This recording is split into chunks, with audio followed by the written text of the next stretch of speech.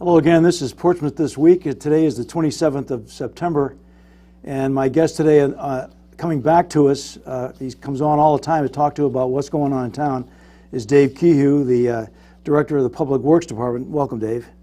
Good morning. Thank you very much. We both thought it would be time to bring you on the program because there's a lot of paving going on in town. The new roads look great, but it's kind of disruptive and thing, and I wonder if we could kind of talk through the whole process of the paving, the funding, how you decide what to do, and all that kind of stuff. Sure.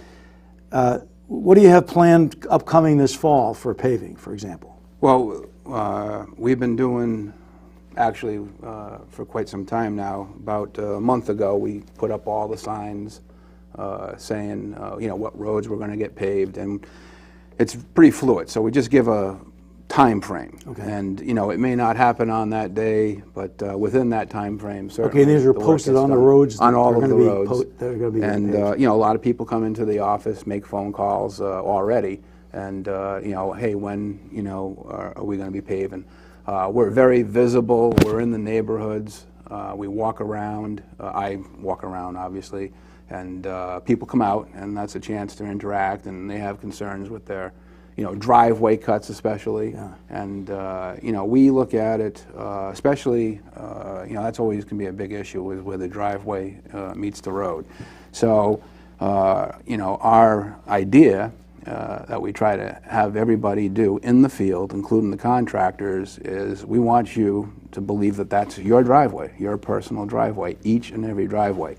And when we do that, that has taken care of so many complaints that we've had in the past, just being visible, marking. We put the physical marks, right. Paint right on the driveway so people know where the cut's going to be.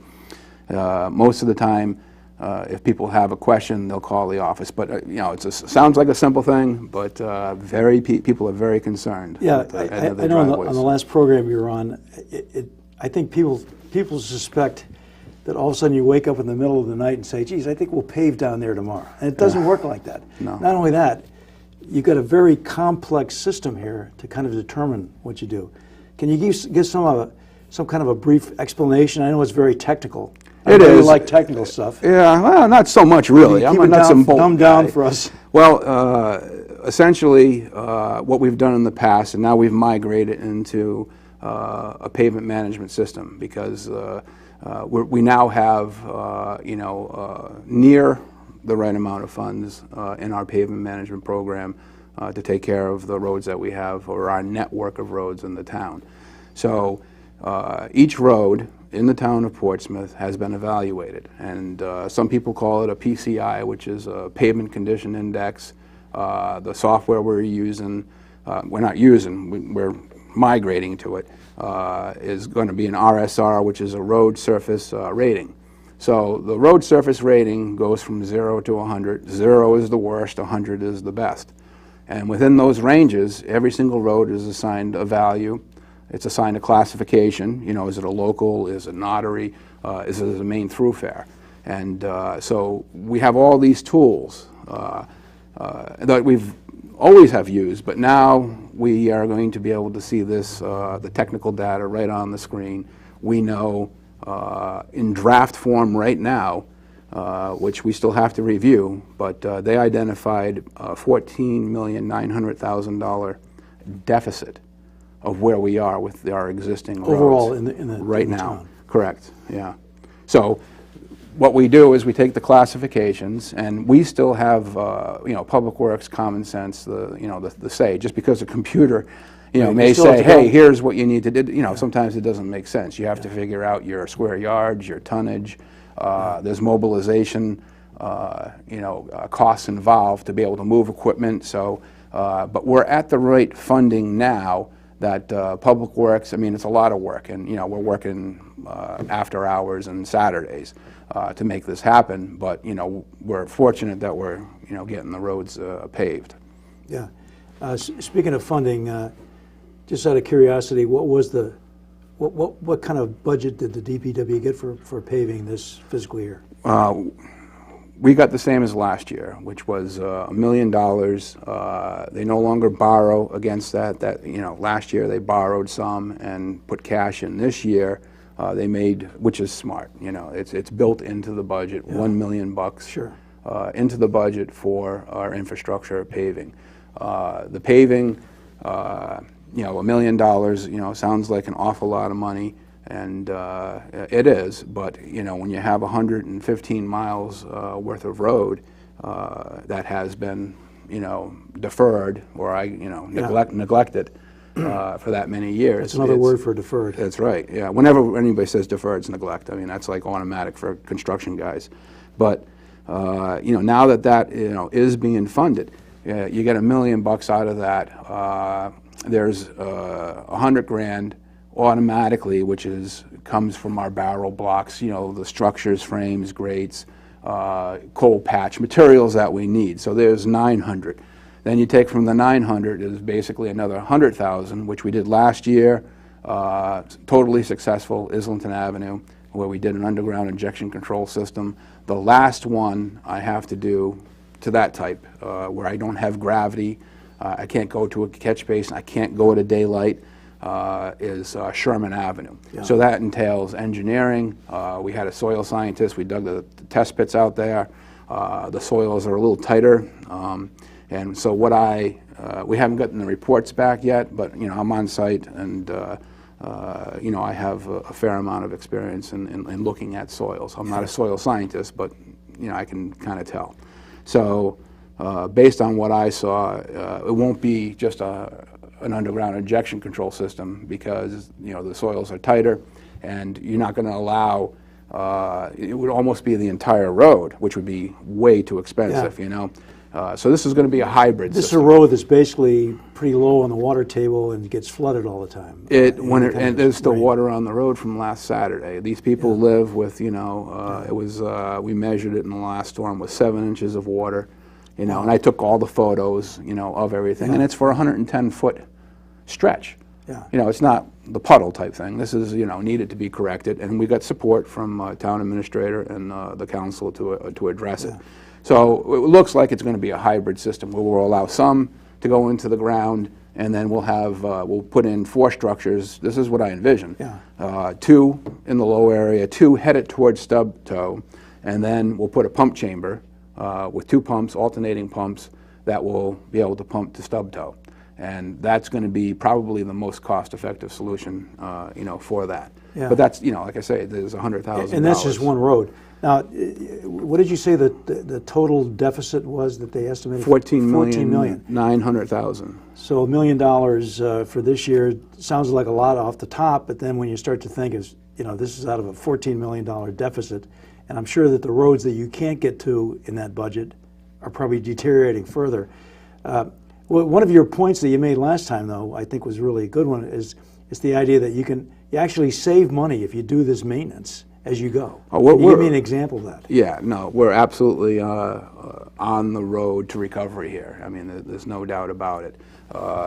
You know, our guys have been out in the field. We're pretty fortunate that we have the employees that we have that are able to go out in these subdivisions, on these roads, and build the structures. In other words, the last thing anybody wants to see is you pave a road, and then next month, oh, there's a pipe collapse or a catch basin collapse, and then you have to dig it up.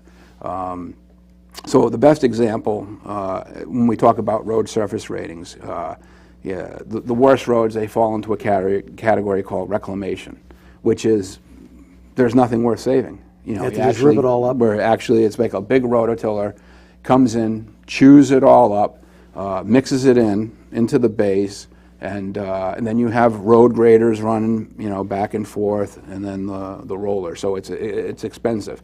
So if you took Borough Heights, which is Harrington, Harris, Benedict, and Isler, okay, that's off of East Main Road, you know, past Cumberland Farms and before Maritime Solutions on the east side.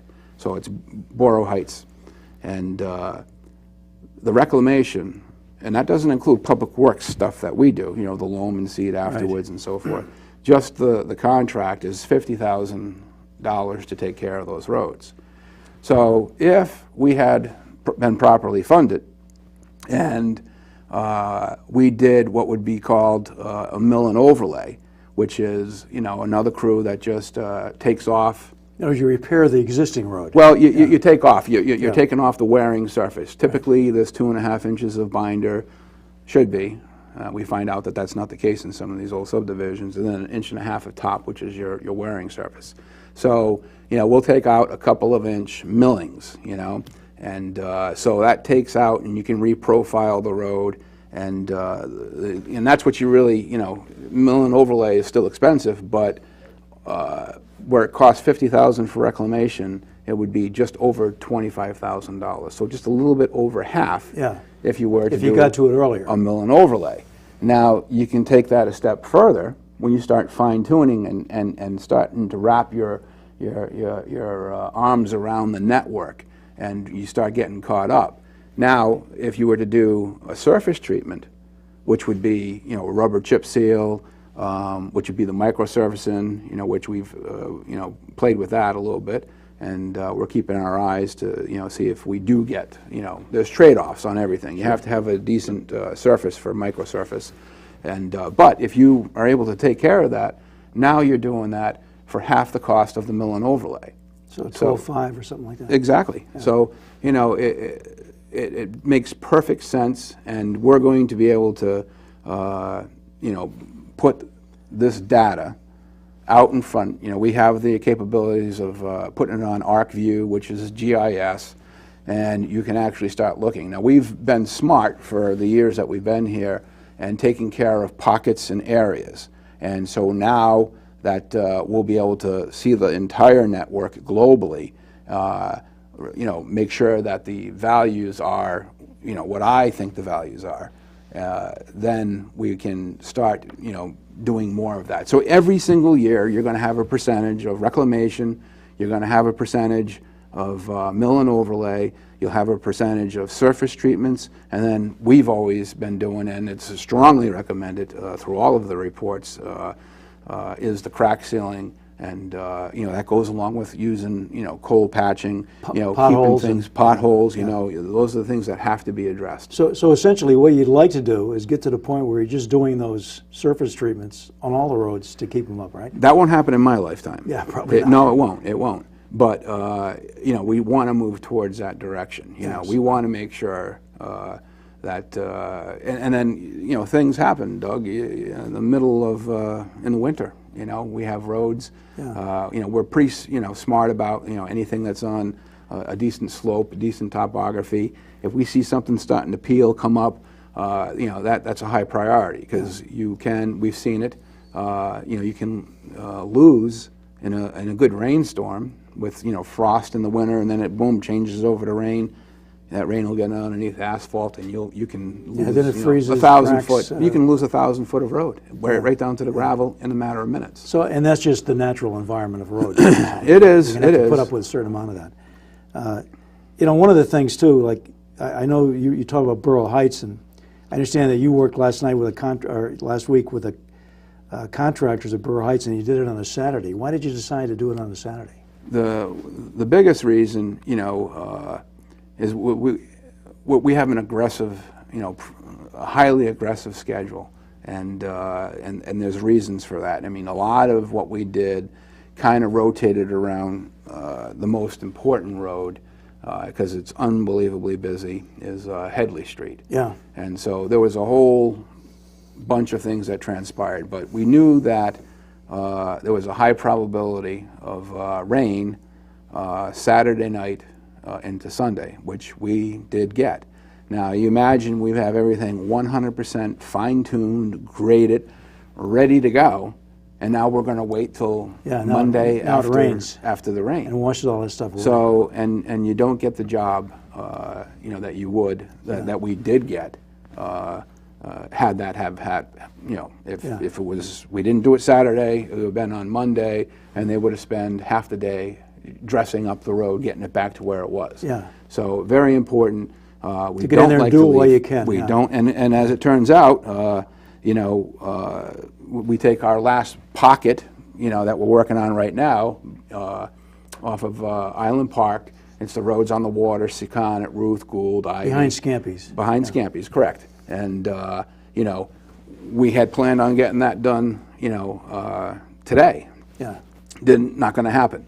So we went back to Cardi, and we don't like leaving things open. And plus, it's very dusty. The residents, car drives down, Yeah. the cars get covered in dust. You can run a water truck, but that's only good for a few hours. Yeah. So we, a good working relationship with the guys from Cardi. They're showing up tomorrow morning, 7 o'clock, and we'll be on site, and we're going to put binder on all of that. And so, we talked about Headley Street. That's a tough road. That was. It is. I was just going to mention Headley Street. That's the one that I'm familiar with, and I realize that, and you realize that a lot of this paving really screws up traffic and everything else in town. And Headley was a good example because I went in. I had to go to the transfer station. Yeah. And it looked like. Did you have to do what you were saying? Reclaim that road down there by the transfer station? This one was dug pretty deep. With intent. We actually had. I won't get into the real technical stuff, but it's a Road Tech 500. So that's the milling machine. Now I wanted 3.5 inches out of there. I knew that the mix of asphalt that we would break through, similar to last year on Colonel Christopher Green, where we had to go in and shim. There was enough asphalt on that road that it wouldn't have been conducive to reclamation. In essence, we basically did reclaim the road, but we did it through milling. We actually took so you did 3.5 inches of asphalt out of that road. And if you remember, some of the crowns in that road were, horrible, and we cut down the crowns on the miller. But using the Road Tech 500, that's a 4-pass machine. So if you got the 20-foot wide road, it's 1 pass down, 1 pass up, and 1 lane still open. We have to leave always a lane open for traffic. People are inconvenienced for maybe as long as 15 minutes before they can cross. We're on site. If they have to go in, the mat, the asphalt comes out around 300 degrees. And the breakdown roller, the first roller on that, you get 25% compaction right by the paver and the screed itself. So if you have 300 degrees coming out, then your roller's on there between 275 and 250. And there are times where if you were to drive through, you're absolutely going to destroy our mat. It's going to put big grooves right in it. You'll destroy our mat. And so there are those periods, where there's nothing we can do about that. If it's an emergency, police, fire, destroy the mat, go through. It was very well patrolled. We had 3 detail officers, one at the top of Headley, one in the middle around Long Meadow, and then one stationed on East Main Road, plus the deputy. And I'm really glad that he was there because a lot of issues did come up on that road. I'm sure. And people are inconvenienced, and people do not like to be inconvenienced. Let alone 5 minutes as opposed to 15. Such is life, I think. Yeah. So now you have that. Then you have the finish roller that's got to get on there, you can go down from 175 to 250. That's the range of when a roller, the finish roller. That's can the go heat on. of the. That's the finish, right? Yeah. So when you're doing that, and after it gets below 175 degrees, you're done. You're now no longer can put compaction on that. So it's important that we protect that mat. We don't let people drive over it, and and we keep a lane open. It would be beautiful if we could just close it off and just do the whole road. Yeah. Case in point, why we can't do that is on Saturday we had our contractor, one of the vendors, was running the paver, and he took ill. He turned white and slumped over.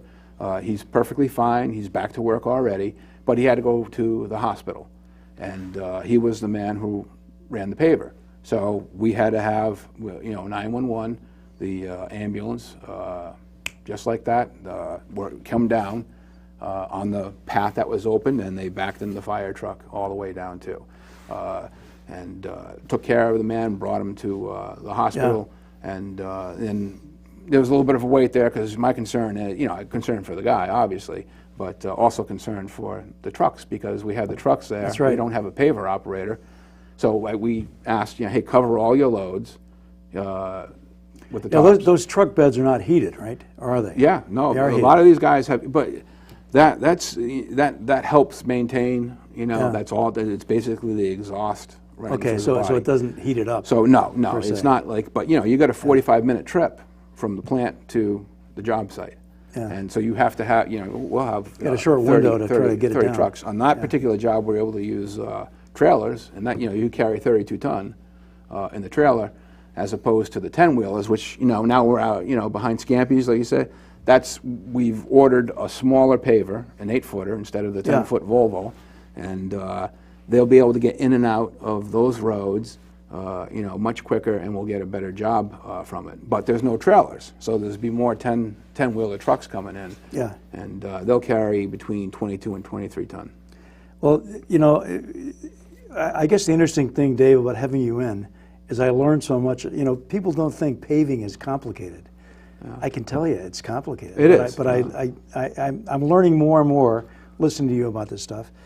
I guess from the macro level here, though, you use this beta management system. It's some kind of software, I take it, a company that provides software? We work with Anthony Garrow and Barry Leverviere, who is a GIS specialist, an asset management specialist for beta. Now, are they telling you that you're pretty much on track for, getting better here? Oh, they know we're on track for getting better. So that's the good news. When, if we have an average index rating of our roads is it's just under 66 score, and some communities, Narragansett, I believe, they as a town and the council decided, hey, we want to be, at 70, and they took out a bond. I forget the amount, but it was, I think, about a $20 million bond to raise it 4 points, and and we're not ready. Our town is not ready, for that at this time. We have to gleam over the data and look at everything, but we are definitely on the right track. After we take care of all this, we'll input the data. The odd thing is, as soon as you're done paving the road, you put it into the system, day one, it starts depreciating. Yeah, that's right. So, as you paving roads, they start depreciating. Yeah. And, but we'll have all the historical information that we could possibly dig up is being pumped into the system. So we'll know, quickly, without going through file cabinets and, hey, this road was paved, this was the surface treatment, this was the contractor, this was the road surface rating of it, we got this many years out of it. We'll have that history, we'll put that in there, and then moving forward, anybody coming in after me is going to be, pretty happy with, the way things are set up. Now the thing is, how do people find out about upcoming paving, for example? Like, let's say I live in Heritage, up on Heritage Drive, Pecasset Heights. And I want to know when you're going to be doing that. I mean, how can I find out this stuff? Can I go to your website? Or? So here's the gig on that. Obviously the most important thing you do is you put signage on the road. Paving will begin and paving will end within that time frame. Newport Daily News, they did a little article, and also they have a weekly road update, state and municipal. And we show up on that in the paper as well. Some of the local outlets, Patch, use that a little bit maybe, but what we're doing now, the town, is moving towards, I think it is Civic Plus. I actually still have to open the files and read through stuff, but we had a department head meeting last Wednesday, and it was explained that, the capabilities of Civic Plus. So once this new website gets out there, what we would be doing, what a useful tool if you're a homeowner, because it's very fluid. Oh, hey, I know stuff's going to happen in 3 weeks. People would rather know, hey, what day and time are you coming? And because it's so fluid, we were supposed to be paving today. We're not. We're paving Saturday. So they'll be able to go to the website, and I'll be able to update. Hey, this is the road that we're going to be on, and then we know how much tonnage we can get done in a day, barring breakdowns, so that's going to be a useful tool. I have a lot of ideas for the site, our forms, our permitting process, for road cuts. That sounds very interesting because, we need to leverage technology in everything we do in this town if we're going to, try to have reasonable tax rates moving forward, and I think that's a smart thing to do, is to use this stuff. This is a software slant management program, I guess, right? Is this going to be for the whole town, or just for So our pavement management is in its own entity. Yeah, right. No, Okay? understood. And we wanted that to be the nuts and bolts Of your paving program. of the paving program. Right. And so what we will be doing is, we'll be able to put information, here's a 5-year capital plan for the roads, and people can see if their roads are, within that 5-year plan. Let me shift gears here, Dave, because we're getting short on time already. I love having you in here, but let me just ask you about upcoming stuff. We're looking at the possibility of winter storms like we had last year. I hope not like last year. God, I hope not either. But I mean, do you guys do prior prep for getting ready somehow for the winter, and what do you do? Yeah. There's a lot of prep. I mean, just like there is in road paving, it equates to snow removal operations as well. Yeah. I start thinking about, I hate to say it, snow removal September 1. That's when I start thinking about, and that's what it takes. Yeah. It takes from September 1 and pushing to get equipment, plows, blades, trucks, sanders prepared. Yeah. And, we have dry runs where we make every, it's just a smart thing to do. Okay, Sure. You come in, hey guys, there's 4 inches of snow on the ground, load up, go out with the plow, load the plows on, and that's when you really, so those dry runs are so important because, oh hey, the blinker's not working, the light's not going, the plow won't lift, it won't, and we get all of that. So you're essentially getting ready now for absolutely. the winter storms. I'm a little late coming to the because of game the right paving now stuff because that's of, going on.